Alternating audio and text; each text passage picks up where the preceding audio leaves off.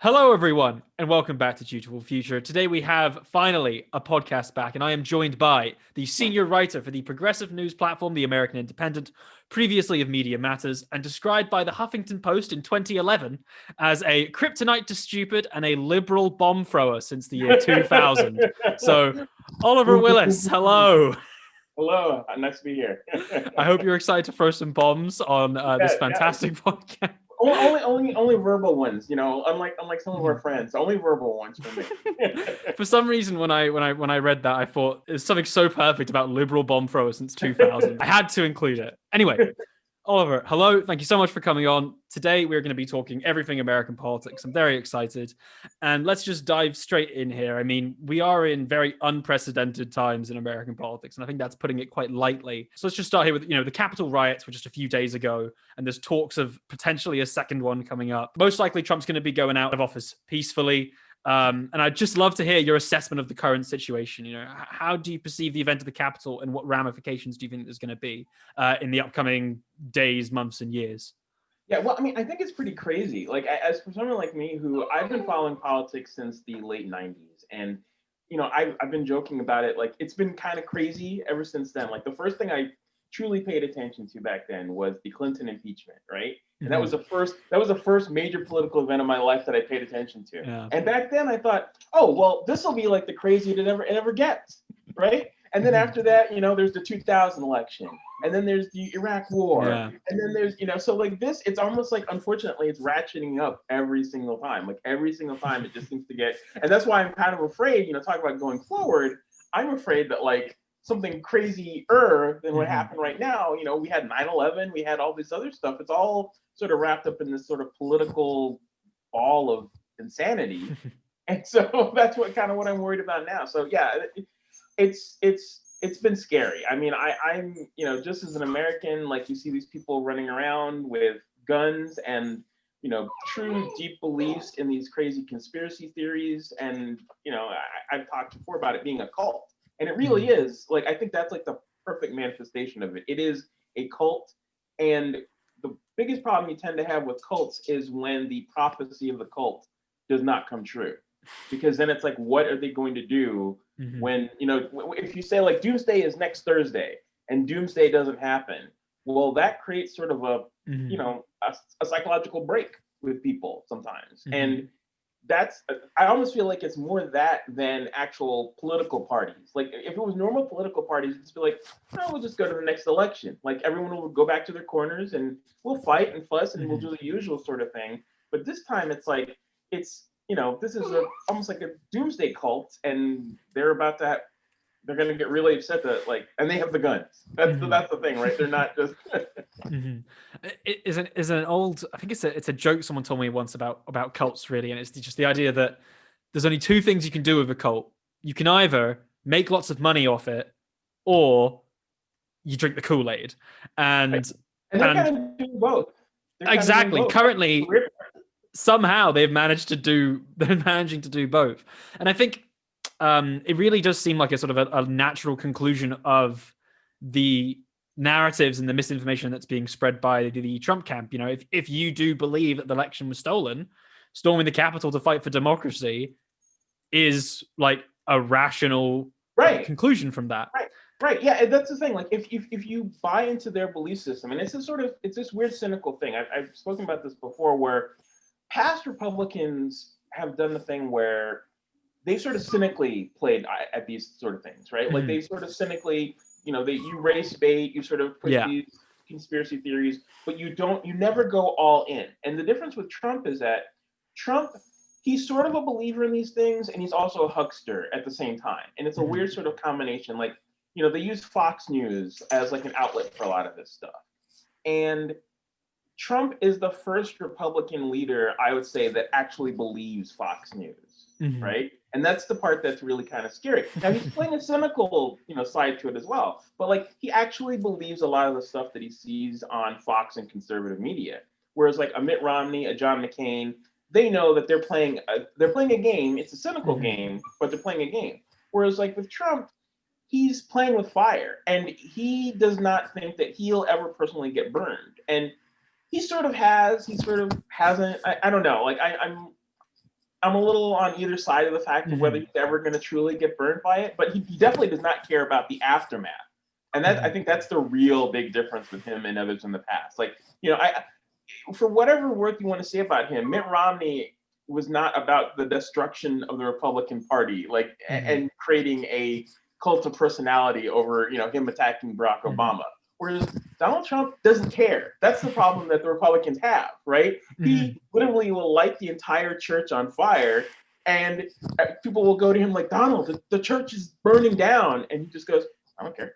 Yeah. Right? It doesn't affect him at all. He doesn't care about the Republican Party. He doesn't care about his own family. He cares about Donald. Yeah.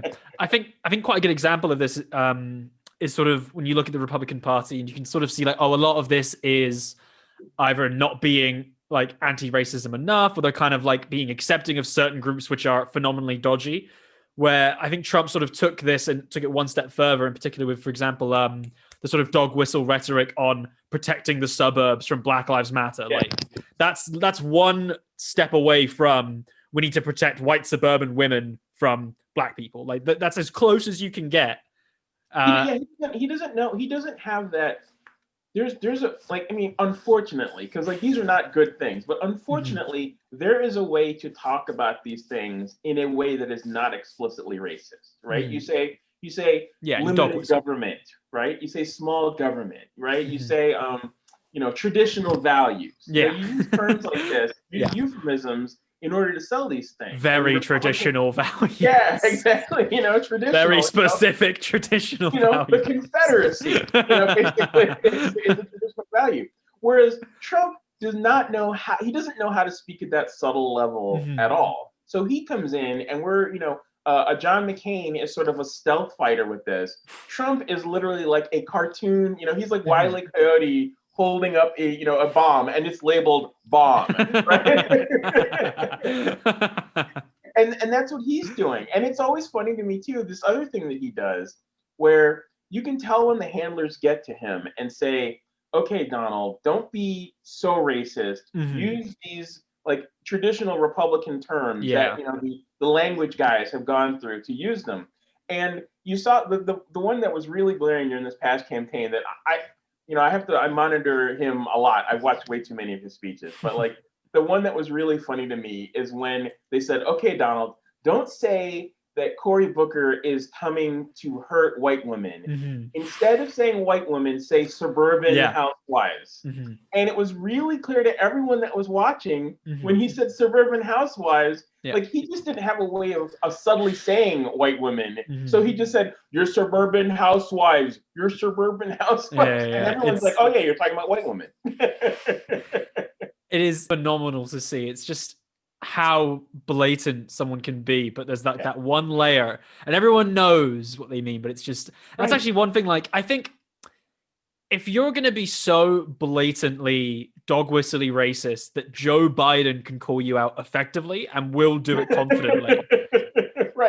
you've struggled. Right. It's one of the that's the thing. Like, I like Biden, but like Biden is, the reason why he did well, he's generic Democrat. And generic Democrat was able to run up against this thing because it's to use a baseball analogy, it's underhanded, over the plate, right up the middle. Like somebody that just picked up a baseball bat or, a cricket bat could whack it right away. I've played way more baseball than I've played cricket. Don't worry. Don't you be stereotyping me this early in the podcast. I have a whole tea bit coming up. And Okay. I do literally have a mug of tea right here, so that one's more fair enough. There you go. Nailed you. You got me. No, but so like he doesn't know how to do it with any subtlety, and like you said, like it's this weird sort of shared thing, and even across the world, it's not just an American thing right now. We all know how he's going to react to things. It's one of the strangest things in the world I've seen in politics, because to run against it is not hard. You don't have to be good. You don't have to be Barack Obama, right? Yeah. Like, one of the things for Democrats has been they always needed what I've called a home run hitter to run for president, right? In the most recent past, the winning campaigns, and so these are like the most gifted orators in the progressive, side have tended to be the Democratic nominees. Barack Obama, Bill Clinton, like they're really, really good at, politics, or whatever you think about their personal politics. They're good at running for president. Like Barack Obama is like a natural. Like Bill Clinton is a natural politician. Biden is not at that level, right? He's not. He's maybe, he can make the pro team, but he's not going to be a Hall of Fame guy. And the fact that he was able to run against this and get, I mean, there's all kinds of other factors, but to get 81 million votes, because the guy's like, I mean, Biden could just basically, through the two debates, Biden could just go, yeah. It was basically, it was an interesting one to watch, because it was essentially the same strategy. Well, in terms of like the sort of public image, quite similar to Hillary Clinton's strategy, but the difference was Trump wasn't just a like rude and like, oh, he's not very nice.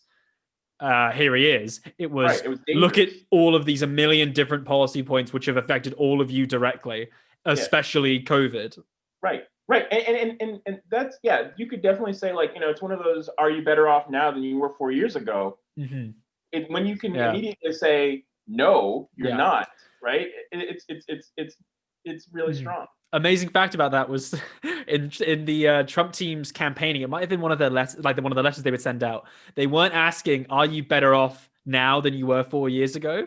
They were saying, are you better off like a year and a half ago than you were 4 years ago? Because a lot of that is banking on was banking on people having, I guess, mass amnesia and not remembering, who was president when COVID hit. It's one of these, and I mean, to be, on their side of the aisle, I have to say, it could have worked, because there is a sort of mass amnesia in America, in American politics, where a lot of times you can rely on people not remembering.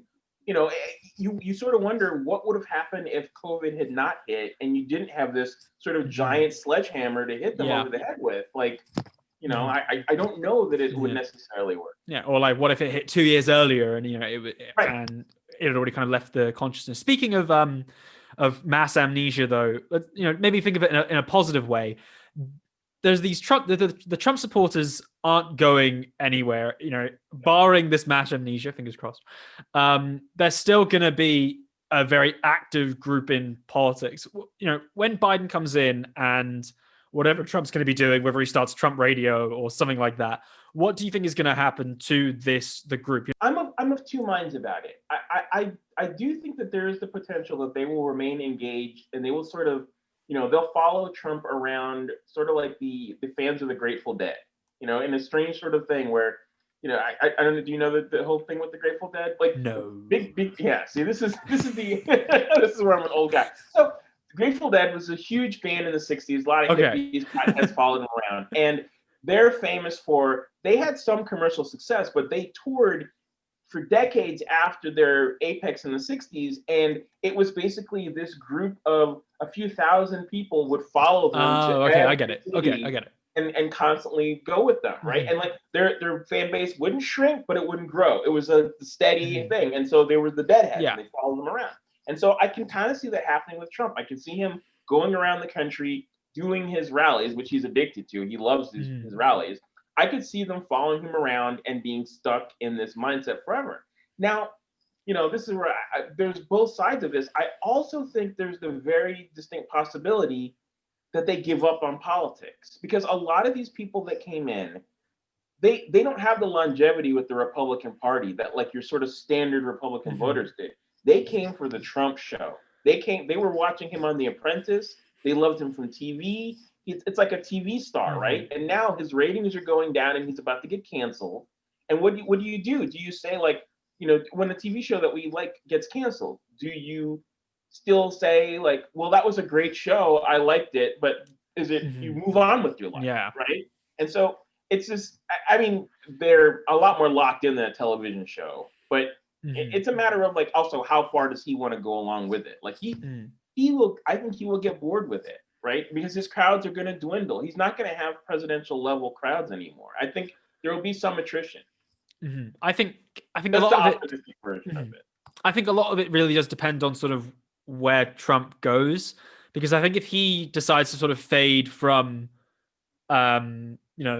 public Yeah. public life, then I think the group will sort of dissipate quite a bit and fracture up, and you'll get your like diehard QAnon people, then you'll have like the middle ground, and that will sort of split.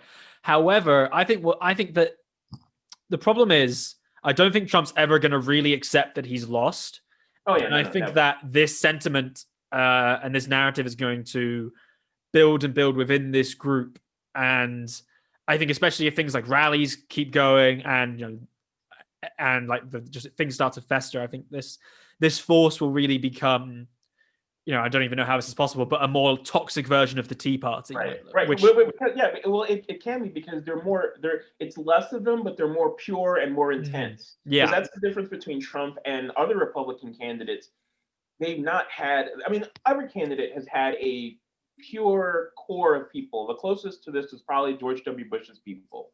But the Trump people take it on like a religion at this point. Whereas, when Mitt Romney, lost, there were not people, other than Mitt Romney and his immediate family, there were not people running around saying like, oh my God, he is the true Messiah. Like, and the Trumpers really believe it. Now, the part that I am a little skeptical, and maybe more skeptical than a lot of other people, when people talk about Trump possibly launching like a media venture, right? A radio show. Yeah, your Trump radio.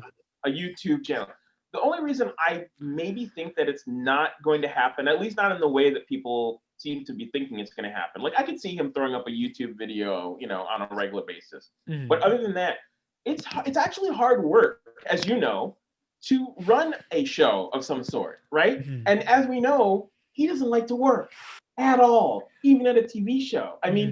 Unless he's going to have like a lot of handlers like he did with The Apprentice, where he had all these producers and a network budget, and Donald, just sit here, read the lines. Like if it's anything more complex than that, he's going to beg off of it because he's just a lazy son of a bitch,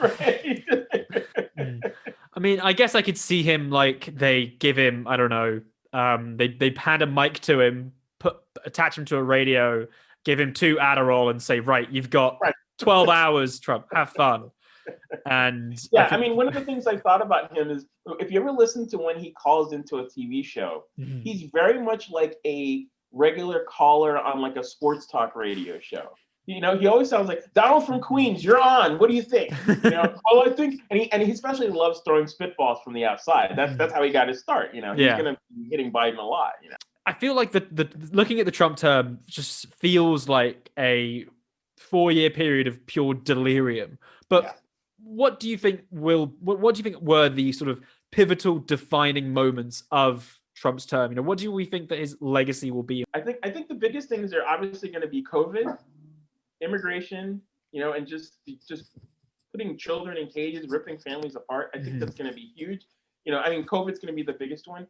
And, especially one of the strongest ones for Republicans, and this is going to be a huge win in their favor, is the way that he stacked the courts, not just the Supreme Court, but the federal courts. They have rammed through hundreds of judges at this point, which are going to have huge ramifications that, like, I don't think we're even comprehending the implications of all of these judges. They all come from the Federalist Society, and they're all going to be embedded in the system. There's no way to remove them. They, for better or worse, they legitimately were, put into the courts. Like there may not be, they were not rated qualified judges, but they went through the system. They were approved by the Senate. Like it's perfectly legal. And most of them, there's hardly any way to really remove it. The process is, justifiably difficult to remove a federal judge. And so I think that's going to be, which is ironic because I think that's the thing he cares the least about, right? He doesn't give a damn about the federal courts. Like unless the Trump organization is getting sued in federal court, he doesn't actually care about the federal courts. But that's the biggest part, I think, of his legacy, in addition to COVID and the tax cuts too that he passed. God, that feels like so long ago, huh? Yeah. That's like 5 million years ago. That wasn't even real. Last 4 years haven't happened. Right. Well, I have a whole theory that we've been in a simulation. Oh yeah, I'm still 16 years old. Right. I'm still in my 30s, so yeah. One question I've really been thinking about, which is sort of fascinating me, is when we look back at a lot of presidents who I think, at least by like the public, haven't been seen that fondly, in media have been fawned over and adored. I think partly in like because of the Trump thing, but we look at how President Bush is presented in popular media, and it's, oh, we miss him. He was so great. He was so professional. He was presidential. Do you think there's any chance of this happening to Trump? Do we think that in 4 years' time there will be a hearkening back to simpler times, rose-tinted glasses, all that stuff? I would say, because I'm very cynical about the media and the way our media operates, I actually think that is, I wouldn't bet against it. That's the strange part of all of this. I wouldn't bet against it. I mean, in the moment right now, it seems insane to say, like, the uncouth, the enemy of the people, this and that. But I feel like there is we talked about this before, the mass amnesia that happens in America, where, I've joked about it on my Twitter feed, where I can see people talking about Trump and saying, like, well, he had an unorthodox style. Right, he spoke in populist language. There's always these euphemisms. He was a little wacky, as we like to say on this channel. Because if you go back and look at some of the things, not at the same level publicly, but some of the things that Ronald Reagan did when he was president, especially in his last couple of years when he was having mental issues, right, and even sort of policies and sort of wacky things he did. If you go back now, it's complete gauze covered. I mean, it helps that he had, gigantic electoral victories, which Trump is not going to have. That's one negative against his legacy. But for Trump, I wouldn't bet against it. That's the bottom line. So I think unless he literally pulls out a gun at Biden's inauguration and goes a bit mental, I feel like the day after, the media coverage will be, oh, we know he was a bit difficult, but he stepped down very graciously. And I think a lot of that is just sort of I don't know. I feel like unique to American politics, there is a deep thirst for normalcy, civility. Exactly, normalcy. That's exactly the word I was looking for. Yeah, I think bias in the American media, more than left and right, is a bias to normalcy. Because I found that like I said, I cover Trump, right? I've had to cover his speeches from beginning to end, like the whole thing. And they are absolutely, as you guys would say, mental, right? And I feel like when you watch our news here, especially if you look at the network news broadcasts that come on, every day at like 6:30, and they basically give you, it's not 24-hour cable news. You're just getting like you maybe get 7 minutes of presidential news out of 30 minutes. When they show Trump versus the Trump that I watch here, it's two different people. The president presented his economic ideas and he spoke to his supporters. And like, I'm watching and I'm like, oh, he said some crazy batshit stuff. And he's just, he was just yelling and throwing out, hats to the audience. That stuff gets airbrushed out of it. And I think because, especially the mainstream media in our country, it's like he doesn't, like, the real Trump doesn't fit. So they come up with another Trump. And it's like, oh, so then he's a little rough, but he's basically Barack Obama and George W. Bush, which is not, it's crazy. I think from like a British perspective, it sort of looks like an attempt at both sidism. So it's a motivation to, even when one side is extreme and, insane, to present it in the most, I guess, like, generous way possible. I mean, because here's the thing that we know, like, you don't have to be a Democrat or a progressive of any sort to say, well, Joe Biden and Barack Obama are not unhinged, right? You can disagree with their policies, but I think you can objectively say these are not two unhinged men, or Hillary Clinton. But in our media, it'll be, Trump took his pants down and showed his genitals to the audience. But at the same time, power play. Right. At the same time, Joe Biden, said somebody's name wrong. Well, those two aren't the same thing, right? Those two aren't even in the same universe. But the way that they're presented, it's as if they're equally, offensive things. Like, even take Biden at sort of his worst, right? You can't. The scale is so far removed from it being in the same universe. But the way it's presented to people, it's like, oh, well, there's two things happen. I think part of it as well is sort of a distinction in political observation between, like, actual substantive consequences of action, and then sort of like what's said and heard, because like Biden has some very like significant slip ups, like you don't vote for me, you ain't black. Like that's a very easy pointable example of that was really bad. But then you go to Trump and you go, okay, he's also got the slip ups, but a lot of them aren't even slip ups, they're intentional. Right. Oh, I mean the suburbs need to be protected from Black Lives Matter. Like that's, and I think there's a distinction between them. People trying to blur. It was sort of what happened to Biden, and you might call him like the luckiest guy in the world, but he kind of got inoculated from his gaffes that he's had in the past. Because things that he's done in the past, if he had done them this year, vice versa, if he'd done them in the past, would have destroyed him. Yeah. Right. But it was this thing where he had almost an immunity from it this year, where he could have come out and said the Biden's greatest gaffe hits, and we would have all said, seems fine to me. Trump has moved the needle to like what is considered, and that's to your earlier topic. I wonder if that's a constant that's going to change through our future. If we're going to reset to what is a gaffe and a malproposition, or from now on for the future, well, he's not Trump, so everyone's going to sound very normal and fine. Yeah, I think that sort of depends on where we kind of see the future of like right-wing politics going, because if it goes down the Mitt Romney route, I think we'd pretty quickly return to the sort of civility, tone policing, like, as long as you're polite, it's fine. Yeah. But if it goes to like, if Tom Cotton or like Tucker Carlson are going to be the presidential candidates, it's only going to get wackier, I think is the best way to put it, really. Right. The Republican primary will be like, well, he's not wearing a brown shirt and a swastika, so he's a moderate, right? Like that's how things will turn out. He's only got the swastika. He's not got the brown shirt. Honestly, come on, guys. Right. He's middle of the road. What are you talking about? Right? And that's oh, jeez. And that's the sort of scary part, is that the system as it's set up right now is incentivized to go more Trump.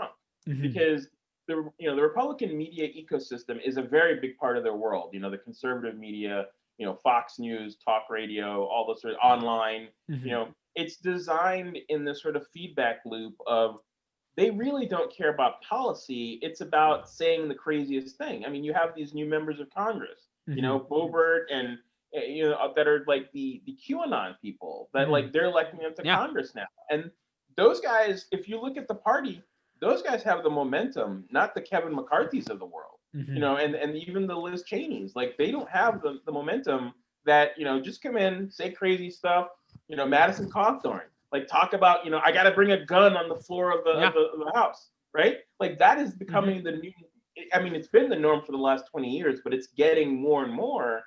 And so, and if you look at the raw numbers, it's really hard to argue the Mitt Romney argument to these guys, because you're like, hey, crazy got us 74 million votes, most ever for a Republican. So it's an interesting one. I don't know, because I think there's obviously that sort of balance between what's going to get a party votes and then what's going to please their donors. I think it's a big thing in American politics on both sides, is obviously the money in politics.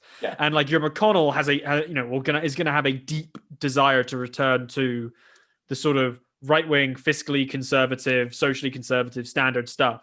Yeah, it's what the business guys want. Yeah. Which is interesting. Moving on now, we're into the last few days of Trump's term now. His last few days of power. This was recorded on the 17th. It's probably going up on the 18th. Depends on how fast I am at working. But what do we think?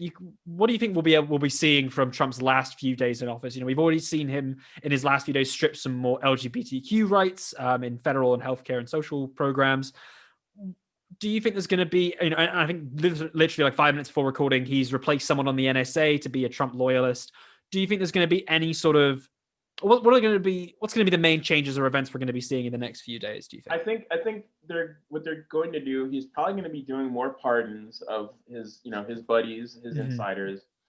Policy wise, they're and it's this sort of this game, quote unquote game, because real people's lives are affected by it, but this game that both parties tend to play at the end, where you sort of embed a lot of policies in sort of your wish list kind of things that you can do. And I mean, luckily a lot of these things are things that Biden will be able to quickly undo once he's in, because it's executive orders, it's not, binding. Yeah. But they will also probably try and embed people within the government that are not necessarily Trump loyalists, but just sort of conservative Sure. loyalists.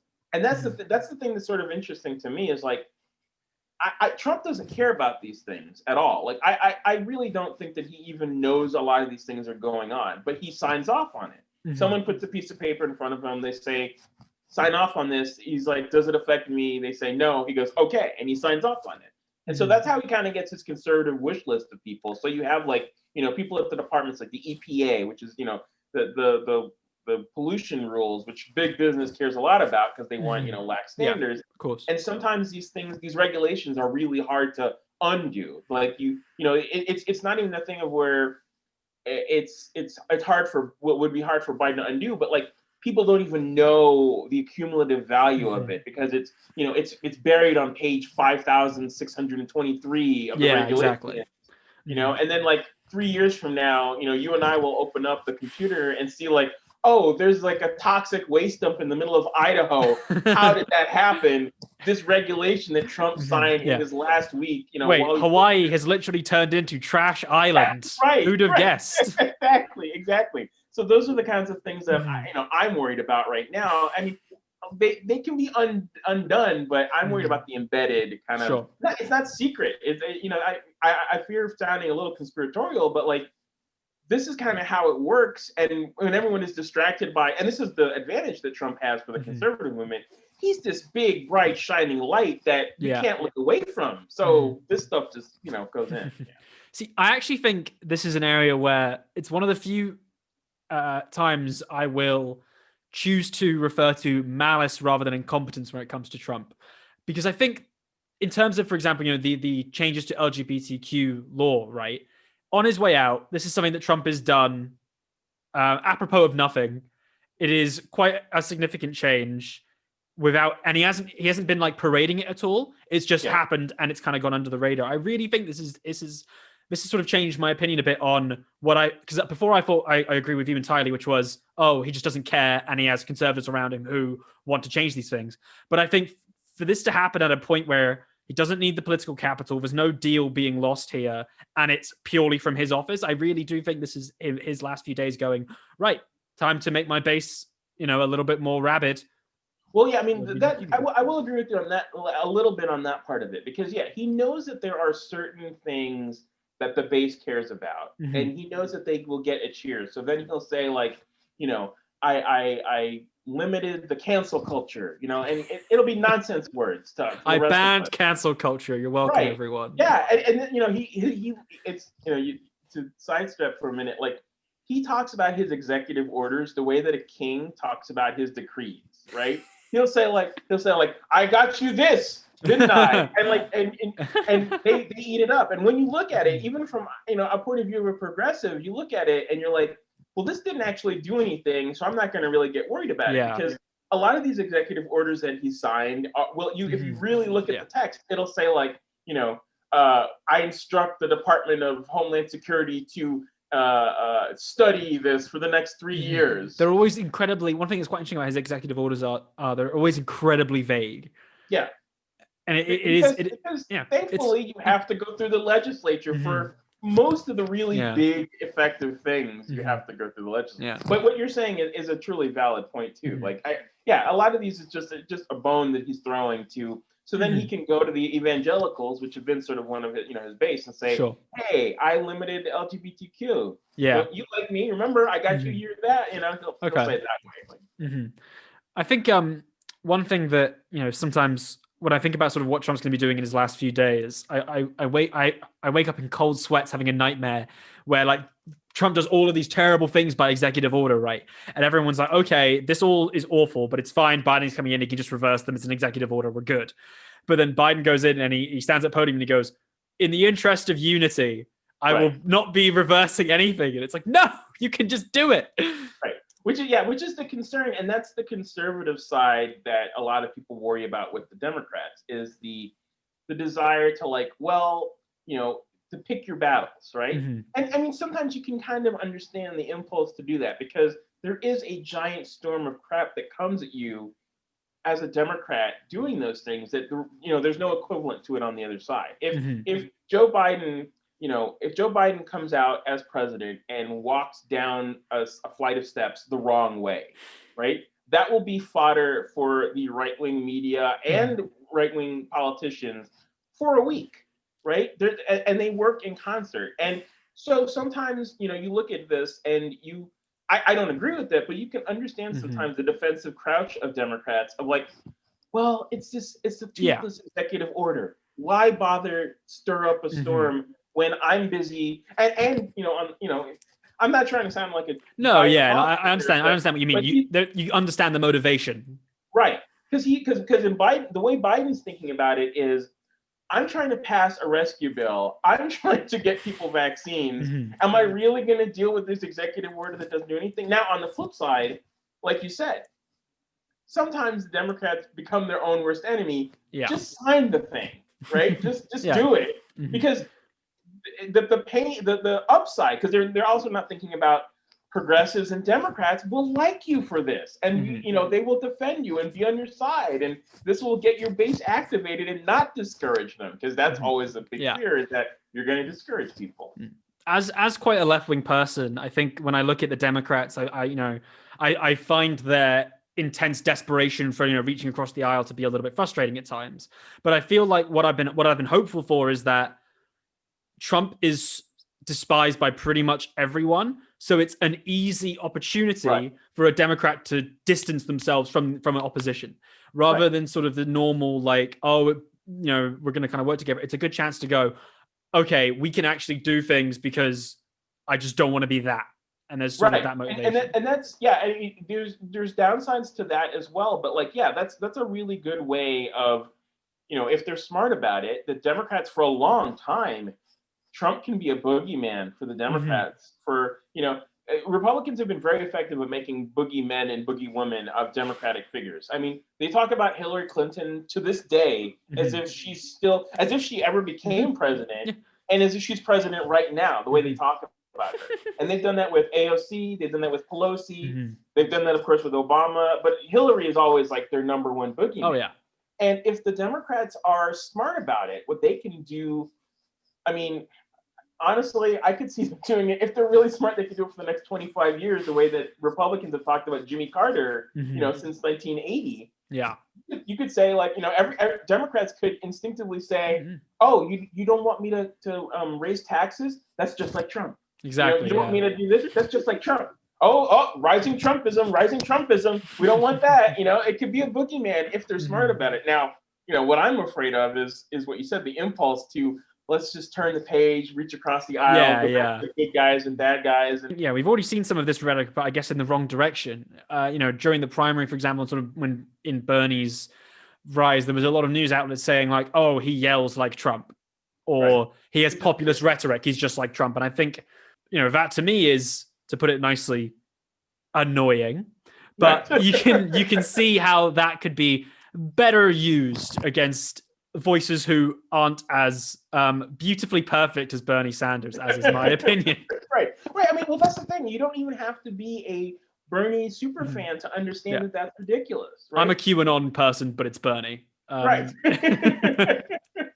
Yeah, but I mean, but that's the thing, right? If you're a Bernie super fan, your big desire is not, you're not worried about, underground child sex rings and trafficking and this nonsense. Yeah. You're worried about getting health care for people. It's a big difference. Yeah. I think it's a different universe. That's a great comparison as well for the for BLM protests versus the sort of the Capitol riots, where people say, oh, but a Target got burnt down. And then there's obviously the invasion of the Capitol, and you say, well, okay, let's just first be ridiculous and say these two things are comparable, like 5 people burning down a Target and then 1,000 people storming a Capitol. Sure. One of these is in the name of like the largest civil rights movement in American history. Police and the other is in the name of, I want to make sure that this reality TV star remains in power as a dictator. Right, but by discounting black votes. Exactly, specifically.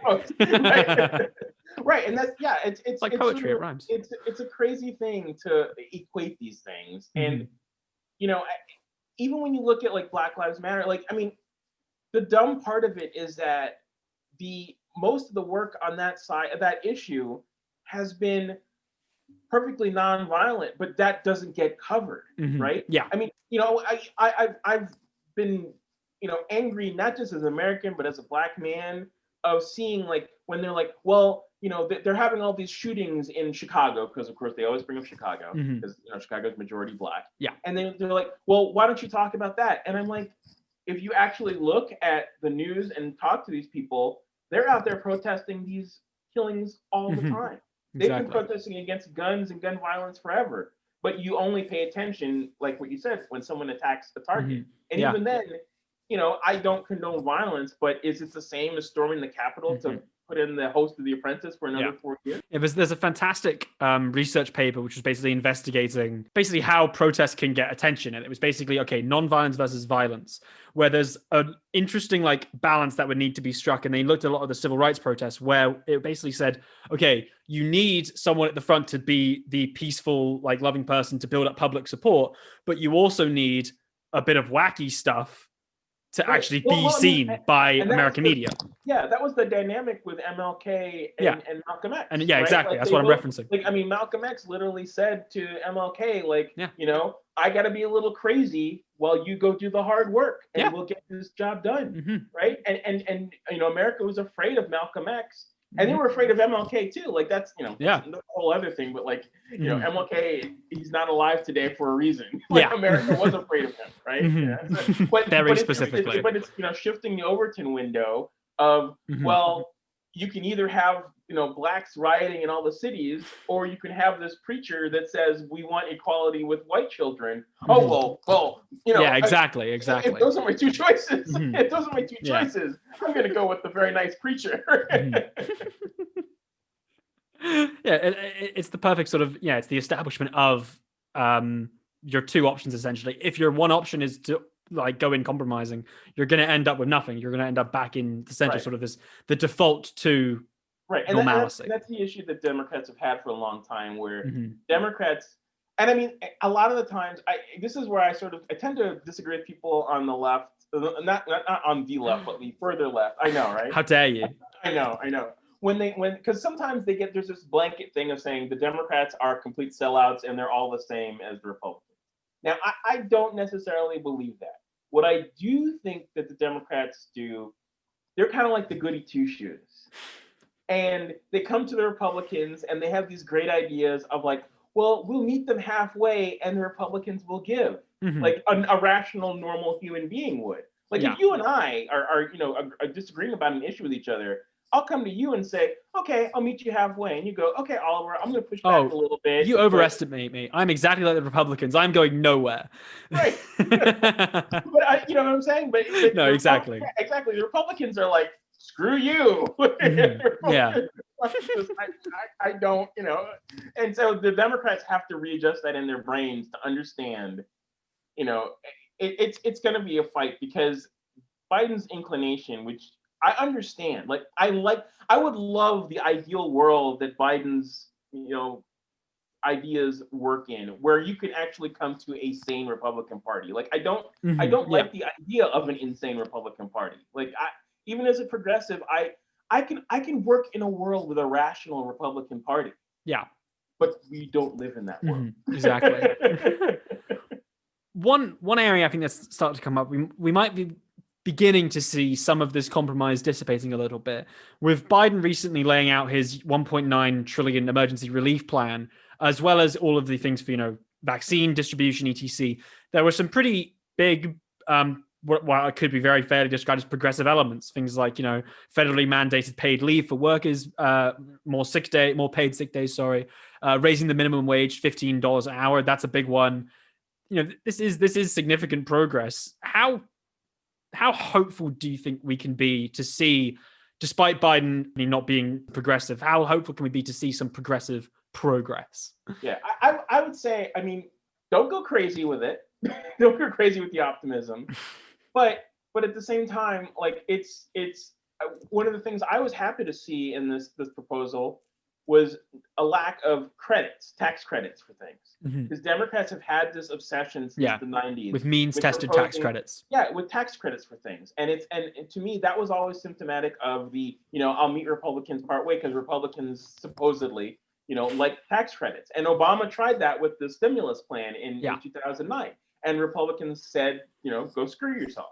Right? That was the response. And the other thing is, it's just not good politics, because it's really hard when you're talking to regular everyday people who aren't paying attention to politics every day to say, well, aren't you happy about the rebate that you filed on your taxes next year? Aren't you excited about that? If you earn this many, have 2 kids, and live in a house with 1 story. Right. And this is one of the lessons I think fingers crossed, that they learned from Trump is just give people money and benefits. And it's simple. And this is the one area where I may have some differences of opinion with him, but like Bernie's 100% right when it comes to this arena. If you you look at American history, like the successful progressive politicians, FDR, you just if people can see an impact in their day-to-day life, and you can make all kinds of arguments of, is the stimulus not enough? Is it, is it formulated correctly? But at the end of the day, if someone can go, hey, you know what? President Biden and the Democrats in Congress got these 6 things out of 10 that they wanted. Yeah. And by, 4 months from now, I could literally see a improvement in my life. To me, that's a win, right? I mean, I would love for everything to just pass and have a wonderland and da-da-da-da, but that's not going to happen. Yeah. But if a majority of them pass, and if, the Democrats can get their caucus together, because that'll be the hard part of getting the conservative Democrats to go in with the moderates and the liberal side of things, especially in the Senate. Joe Manchin's going to be like the most powerful man in the world in the next, 6 months. But if you can get Joe Manchin and those guys and the other senators from mostly the Midwestern senators to go along with it, then you can get something done. And like I said, if you get 6 out of 10, I count that as a win. And sometimes people think it's a loss, but if someone can say, like, I got this money in my bank account, I got this, benefit to my wages from, the Democratic president, that's something 2 years from now that's going to be huge for Democrats, and 4 years from now. And I think something that's going to be quite interesting as well is, Bernie being the incoming chairman of the budget committee. It's huge. Is even if you're someone who isn't really a Bernie stan like myself, this is exciting. If you're anywhere leaning progressive, this is a huge deal. Yeah, especially in the Senate, because the Senate is the more conservative and restrained side of things. In the House, the Democrats could pass, they could pass Medicare for all tomorrow. There's the votes for it in the House. But right. But in the Senate, having Bernie in that position, and that's why, you look back at it, that's why Republicans fought so hard for control of the Senate. Yeah. Those chairmanships are important as hell. They're boring because, trust me, I've watched and covered them. But that's good. It's a good boring, because it means that the government is working. Yeah. And it's not very sexy, but it's very important. Right. And having Bernie in a position like that, having, Elizabeth Warren in positions like that, it's going to be, for progressives, those are going to be the ones where, you'll be able to say, we have your back policy-wise, we have your back electorally, and Bernie will be, those little tiny amendments, that nobody pays attention to. Yeah, like that no one pays attention to. It's gonna be, those are gonna be sexy. Those are gonna be super sexy in the next year. Amazing. So moving on now to progressivism outside of government, what we can see. So we have obviously Biden now who's going to be in power, not a progressive, but a Democrat, which is, I guess, slightly closer. So beyond purely electoralism, how do you think non-governmental actors and I guess movement building outside of purely the government can really push to see some change and some progress? Yeah, I think that's going to be one of the biggest differences between Biden's early years and Obama's early years, because when Obama came in, there was sort of this mindset, and I'm personally guilty of this as well, of, oh my God, we got the White House, everybody calm down, we can't rock the boat. Yeah. We didn't think this would happen. Yeah, go back to sleep. Back to brunch. Go back to sleep, go back to brunch, relax. We can't upset the apple cart. The stimulus plan is not great, but it could have been, could have been McCain. So this is fine. You're not going to have that this time around. And this is going to be a source of friction. People are going to get their feelings hurt. But I think actually it's a good thing. It's a good thing for Biden, because it's a good thing even for Biden himself, because Biden will be kept on his toes, not just by Republicans, but by progressives as well, because they're not going to give him a break. And there's going to be pushback, and there's going to be, and I mean, this is almost like reverting to normal, because progressives are going to win some of those fights. They're going to lose some of those fights. The sort of establishment, Democrats are going to lose some and win some. That's fine. Like that back and forth is kind of how it's preferable to. Right. It's preferable to Trump just going. I think so. That back and forth is going to be super key. I don't want to be like Mr. Biden rah rah rah, but I feel like he understands that part of it politically, because he has done some things like his stimulus proposal and just the platform that he was elected on.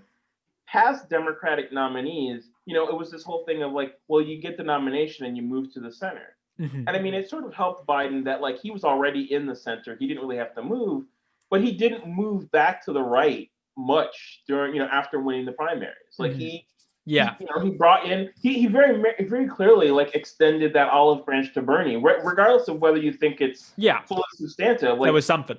Yeah, it was something, and there was the whole committee, and Biden understands politics, and he understands that AOC and Bernie and the squad have a force behind them, and even if they're not a majority of Democrats, they're let's say a third. It's a very significant portion of the people that gave him 81 million votes, and he understands that part of it. And I think what's interesting is once again, as a more like Bernie, more left wing person generally, my perspective is it is a win-win on either side, because it's either we get some progress, like it's not going to be everything we want, obviously it's not going to be the same as Bernie was in power, but there'll be some stuff which is better, things like $15 minimum wage, that's great, things will start to get better in that sense. But then there will still be very real and very systemic problems, and this is where your left-wing leaders can point and go, look, the problem wasn't Donald Trump, the problem is the current system that we have. Like, voting for this milquetoast centrist person hasn't solved the problems that we've all been identifying. Maybe we should move a little bit. Ooh. Right, and that's going to be the fight and the drift of the next 4 years. Of arguing, because you'll have some Democrats that will be too complacent. They'll say, see, the only way we can win is by running a very center left person and getting because they'll point to the example of Obama and then Biden, and this is where Democrats tend to be very conservative, and I think sometimes understandably, because you look at the history, you go back to the 60s of and perception colors a lot of this, but you have like the McGovern, or Jimmy Carter, and you're like, Mike Dukakis, and you're like, oh my God, the disaster of getting, just completely pummeled. Like, and we have a lot of Democratic leaders who they came up in those conditions. So you kind of, I don't agree with the hesitancy, but like, if the first thing as a member of Congress is looking at the map of 1984, like even 36 years later, that's gonna traumatize you. Like every day you're gonna be like every move to the left you see, you're gonna say, oh my God, you're gonna make the next Republican win like Ronald Reagan. Now at the same time, progressives and people on the left can say, every time we run kind of populist left, we do pretty good. Look at Barack Obama, right? Like Barack Obama ran against a war that was supposedly popular. In terms of the campaigning, he was like, especially at the time, he was the progressive wing of the Democrats. Obviously, things have shifted quite a bit since then, but he was the progressive wing. That was it. There wasn't really any other voices. Right. Yeah. So it's a matter of, and these things, sometimes people try to put them in these really well-defined buckets, and real history, real politics is a lot messier than that. Like it's easy for us to look back at things and say like, well, this person was firmly in the center left. This person was conservative, but it's a lot harder in the middle of it. And everyone has their personal emotion. And I mean, understandably, personal emotions. How does it affect my family? How does it affect my neighbors? Like COVID is something that literally is affecting my day-to-day life, right? And so When those sort of things are impacting people, it's hard on either side of it for people to keep it in check, because it always feels like a betrayal. Everything will feel like, every time you lose, it's literally like someone came into your house, your personal house, and slapped you. Yeah, right? knocked It's over like, a table and was like, right, "Ha right. It's a lot. Get wrecked, It's liberal." you're no longer watching something on television. It's literally a guy in your living room knocking over your table, and you're like, "It's a perfectly fine table. Like, how are you?" Not anymore. Right. So it's hard to tell people, calm down, relax. Like, no, they just knocked over my freaking table. Yeah. So it's going to be difficult. Yeah, it is a very interesting case. I mean, like, a perfect example of this is in this stimulus bill where all the talk was $2,000 checks, $2,000, and then they go in and it's like, oh, you've already had your 600, so we're gonna give you 1,000 because that's like adding up, and it's like rationally you're like, okay, 1,400, that's way more than nothing that was gonna happen. That's a good bit of money. That's a big deal. But like, there's just the other side of you, which is just, oh my god, I'm so angry. Right, and the problem and the issue with that is you're primed to look for the betrayal, right? You're like, everyone is like, oh, I know it's coming. I knew they were going to do that. I knew it. I knew he was going to do it. I mean, on the flip side, they rolled it out. They rolled out pretty much everything else relatively competently. But then the whole thing where, like, if you're explaining, you're losing, and if the whole well, we actually said it was going to be 14 and it's 600 plus 1,400. Carry the one. Right. Once you're doing math, delete the tweets. I was told there was no math. I would be told there was no math. Right. And so once you've introduced the math equation into it, you're losing people a little. And it's. This tension is going to continue for as long as Biden is president. And the weird thing is, in the optimistic point of view, like, if you go with if AOC becomes president and wins, Reagan style, right? Like, if she wanted to, and it would still be the same thing. I think people don't think about that some of the time. Like, you would have people saying, well, President AOC said that we'd have Medicare for all and a pony in my front yard. And I don't have the pony, but I have Medicare for all. She's just a shill. Right? Oh, I wish it was the other way around. She got us the ponies. But I mean, maybe the priorities were off. I'm not so sure. I think that's like, sorry, you go. The establishment folks have to understand, don't lecture people. That's the part I don't like about, I would say I personally tend to come down on the more establishment side. You sound like a jerk when you lecture people, which is just as bad as a bad faith interpretation of, what Biden says. Yeah, because I think it's quite an interesting one, because as like someone who's in a lot of these more left-wing spaces, there is obviously very strong anti-establishment rhetoric, which is something I would generally buy into. Right. However, I think if you're going to take, if this is your type of person, a lot of people are performatively anti-establishment, right? They think that if it's not the revolution, then there's no point to it. Which, if that's your opinion, then, and you're like that sort of person, you need to read more Marx, because Marx was the definition of, this would be nice, but also working in the system of what he described as bourgeois democracy is incredibly important and is a major part of this. Right. I mean, and there's this desire sometimes of, we'll just go in and knock over everything. Yeah. Right. Now, on the flip side of it, the way I would argue on the other side of it as well, too, though, is that incrementalism is not great. Oh, yeah. Right. Like, there's a balance. When you tell people, sometimes there's a tendency, and especially among Democrats, to tell people, well, this is really hard and it's difficult. And this is going to take us a while, and you have to be patient. And honestly, if you look at a lot of key issues, I think one of the biggest issues with this was the same-sex marriage, right? And the Democratic point of view before the Supreme Court decision was, well, we're going to go with partnerships. Yeah. And we'll take our time. Yeah. You can hold hands in public, maybe. Yeah, right. But you're not having any cakes. No cakes. Right. Don't let them we'll eat get cake. Americans slowly used to it. And literally, it was one of these things where, and it's really funny, especially when corporate America got behind it. That's the funny part of it. It's like, boom, overnight, like now Yeah. you're seeing ads for same-sex couples. Because guess what? I was just telling my friend last night. I said, same-sex couples, their money is green, and that's all corporate America cares about. That's capitalism, baby. That's what right. America was founded on. Right. So if you tell them, if you go to corporate America and go, hey guys, if we have marriage equality, you're going to get a lot of money from gay couples. Yeah. Then corporate America is not going to bankroll candidates opposed to same-sex marriage. And this is true. Like I feel like there's a lot of issues, progressive issues, that you can sell to me, like Medicare for all, right? To me, that is almost the key to entrepreneurship in America, because so many people in America stick to their jobs for healthcare, right?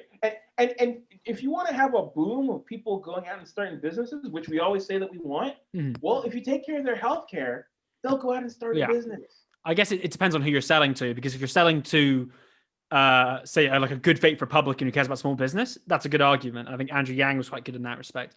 But if you're selling to your corporate America, if you're going to take, once again, a more leftist perspective, in their eyes, this is their best system of control over people's lives. You can very seriously exploit someone who works for you if you have their healthcare. And I think that's why it's so difficult to sell, even though the economic arguments are cut and dry. Like, America has one of the most inefficient healthcare systems. It costs more, less good outcomes. It's crippling to people's lives. There's no real evidence-based way you can get to this unless you just want to be like, I don't know, a John Locke style libertarian.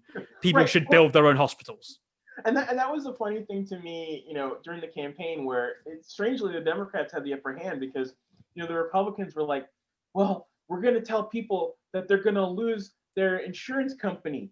And I'm like, do you think people like their insurance company? Who likes their insurance? Who likes the middleman mafia moso? Like, not even I honestly, you could go to the middle of the country, go to the most, church going, truck driving Republican, and ask him, buddy, do you like Aetna?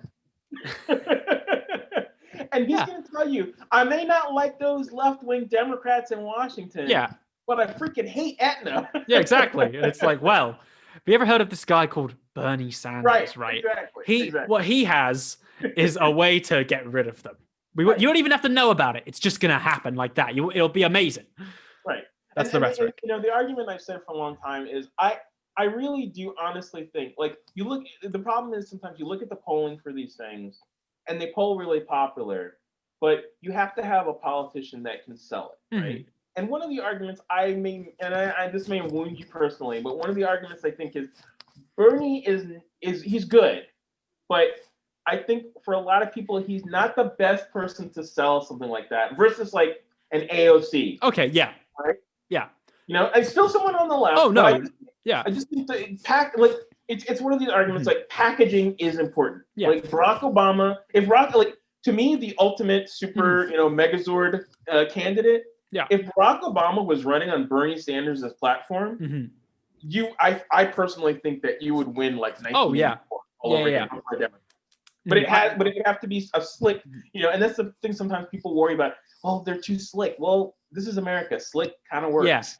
Yeah. America is the country of slick. I think, like, in terms of Bernie, I think Bernie is a success story of, if you hit your policies home and you are just the policy person, like you stick to your points and you're really good at that, you can be not the most charismatic person. Like, sure. Bernie's just like has a cool accent and can talk pretty well, but he's not sexy like Obama. You know what I mean? He's not. Right. He hasn't got that. Right. And in an ideal world, like, that wouldn't matter, right? Like, in an ideal world, you're just like, Bernie, tell him to, go screw exactly. Yeah. Healthcare. Like, that works. Like, in my gut, as a progressive myself, I like that, Okay. But in the real world, and I'm like, well, you have to also, sell these kinds of things to voters that aren't, left-wing bomb throwers, like, voters that aren't, fully in the camp. And so if Barack Obama comes out and says, I want health care for all, Medicare for all, like, I think if Obama had done that, then you combine the two, right, a giant robot. You've heard it here first. Due to Future Podcast official statement: we need sexier Bernie Sanders. Bernie Sanders with a 6-pack. I want him like dry, like Worked sweating out. with a can of Diet Coke and on his foreheads. Like I want that. That's what I want to see. Right then. That is probably the best ending to a podcast I've ever had. Oliver, thank you so much for coming on. This is now where I do what's called my favorite bit of every podcast. It's the plugging section. So at Willis on Twitter, I recommend everyone to check them out for amazing political coverage and also very cute photos of dogs. Check out the American Independent, which is just at AMER, then Independent as well, where a lot of Oliver's writing goes. Also oliverwillis.com, a great, obviously, independent news site. I'd recommend it entirely. Oliver, thanks so much for coming on. Thanks for having me. Loved it. And yeah, hope you've enjoyed. Thanks, everyone.